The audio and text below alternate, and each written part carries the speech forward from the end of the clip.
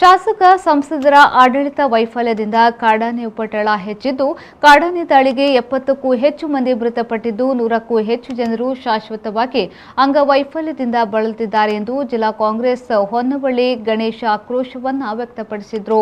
ಅವರು ಆಲೂರು ಪಟ್ಟಣದ ಪ್ರೆಸ್ ಕ್ಲಬ್ನಲ್ಲಿ ಸುದ್ದಿಗೋಷ್ಠಿ ನಡೆಸಿ ಮಾತನಾಡುತ್ತಾ, ಆಲೂರು ಸಕಲೇಶಪುರದ ಕೆಲವು ಭಾಗಗಳಲ್ಲಿ ಸುಮಾರು 3 ದಶಕಗಳಿಂದ ಕಾಡಾನೆಗಳು ಬೀಡು ಬಿಟ್ಟಿದ್ದು, ಇತ್ತೀಚೆಗೆ ಈ ಭಾಗದಲ್ಲಿ ಕೆಲವು ಜನಪ್ರತಿನಿಧಿಗಳು ಹಣ ಮಾಡುವ ದೃಷ್ಟಿಯಿಂದ ಹಿಂಬಾಲಕರ ಮೂಲಕ ಜಲ್ಲಿ ಕ್ರಷರ್ಗಳನ್ನು ನಡೆಸುತ್ತಿದ್ದಾರೆ.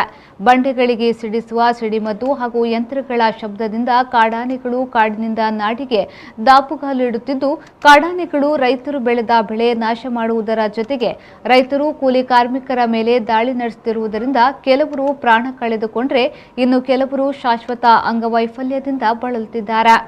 ಈ ಭಾಗದ ಜನರು ಕೂಲಿಗೆ ಹೋದ ಕಾರ್ಮಿಕರು, ಶಾಲೆಗೆ ಹೋದ ಮಕ್ಕಳು ಮನೆಗೆ ಬರುತ್ತಾರೆ ಎನ್ನುವ ನಂಬಿಕೆ ಇಲ್ಲದಂತಾಗಿದೆ. ಇದರಿಂದ ಜನಸಾಮಾನ್ಯರು ಭಯದಿಂದ ಓಡಾಡುವಂತಹ ಪರಿಸ್ಥಿತಿ ನಿರ್ಮಾಣವಾಗಿದೆ. ಹೆಚ್ಚು ಕಡಿಮೆ 3-4 ಕಿಲೋಮೀಟರ್ ದೂರ ಕಾಡು ಪಕ್ಷಿಗಳು ನವಿಲುಗಳ ಕೂಟು ಹಾರೈತವಲ್ಲ, ಅವು ಎಷ್ಟೋ ಮರಕ್ಕೆ ಡ್ಯಾಶ್ ಹೊಡೆದು ಬೀಸುತ್ತವೆ.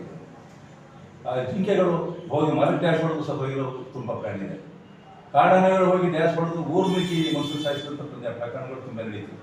ಒಬ್ಬ 8ನೇ ಕ್ಲಾಸ್ ಓದ್ತಿರೋ ಹುಡುಗ ಬಡತಳ್ಳಿಲಿ ಬೆಳಗ್ಗೆ 8 ಗಂಟೆ ಬೆಳಗಿನ 7 ಗಂಟೆ ಚಿನ್ನಳ್ಳಿ ಬ್ಲಾಸ್ಟ್ ಮಾಡಿ ಹೊಸಕಲ್ಲಿ ಚಿನ್ನಳ್ಳಿ ಬ್ಲಾಸ್ಟ್ ಮಾಡಿದ್ರು. ಆನೆ ಮೇಲೆ ಬಂಡೆ ಬಿತ್ತು.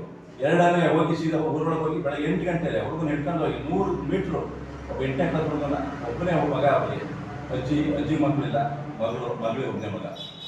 8ನೇ ಕ್ಲಾಸ್ ಹುಡುಗನ 100 ಮೀಟ್ರ್ ಹಿಡ್ಕೊಂಡ್ರೆ ಕಲ್ಲು ಇಟ್ಬಿಡ್ದು ತಲೆ ಪೀಸ್ ಮಾಡಿದೆ. ಎಷ್ಟು ಬಿಸಾಕೋದು. ಕಾರಣ ಯಾರು? ಅಕ್ರಮ ಗಣಿಗಾರಿಕೆ. ಅಕ್ರಮ ಗಣಿಗಾರಿಕೆ ಬಗ್ಗೆ ನೀವು ಕ್ರಮ ತಗೊಳ್ತಾರೆ. ಕಾಲಕಾಲದಿಂದ ಕಣ್ಣು ಮುಚ್ಚಿಬಿಟ್ಟು ಕೂಡಿಸ್ಕೊಂಡು ತಿನ್ನೋದಿದ್ರೆ ಪ್ರಯಾಣ ಹೋಗ್ತಿದ್ರೆ ಸಪ್ತಾಹ ಸಾಯ್ತಾನೆ, ಕೈಕಲ್ ಮುಟ್ಕೊಂಡು ಮುಕ್ಕತಾನೆ. ಅದ್ರ ಬಗ್ಗೆ ಗಮನ ಅಷ್ಟೇ ಅಲ್ಲ. ಎಷ್ಟು ದಿವಸ ಕೇಳೋದು ನಾವು ಇವರಿಗೆ ಕೇಳಿಸ್ಕೊಳ್ಳೋ ಅದಕ್ಕೋಸ್ಕರ ಕಂಪ್ಲೀಟ್ ತಿಳುವಳಿ ಮಾಡಿ ಕಾಲ ಕಚೇರಿ ಮುಂದೆ ಸತ್ಯಾಗ್ರಹ, ಜಿಲ್ಲಾಧಿಕಾರಿ ಕಚೇರಿ ಮುಂದೆ ಸತ್ಯಾಗ್ರಹ ಮಾಡೋದಂತ ನೋಡಿದ್ವಿ. ಹಾಗಾಗಿ ಈಗ ಹೈಕಮಾಂಡ್ ತಿಳಿಸಿ ದಿನಾಂಕವನ್ನು ಫಿಕ್ಸ್ ಮಾಡಿ ಮತ್ತೆ ತಮ್ಮಲ್ಲಿ ಬಂದು ಒಂದು ದಿನಾಂಕವನ್ನು ಫಿಕ್ಸ್ ಮಾಡಿ ಯಾವ ದಿವಸ ಯಾವ ರೀತಿ ಮಾಡ್ತೀವಿ, ಎಲ್ಲಿಂದ ಮಾಡ್ತೀವಿ, ಹೇಗೆ ಮಾಡ್ತೀವಿ ಅಂತ ಮುಂದೆಲ್ಲ ಹೇಳಿ ಅವತ್ತು ಸ್ಟಾರ್ಟ್ ಮಾಡಬೇಕಂತ ಮಾಡ್ತೀವಿ.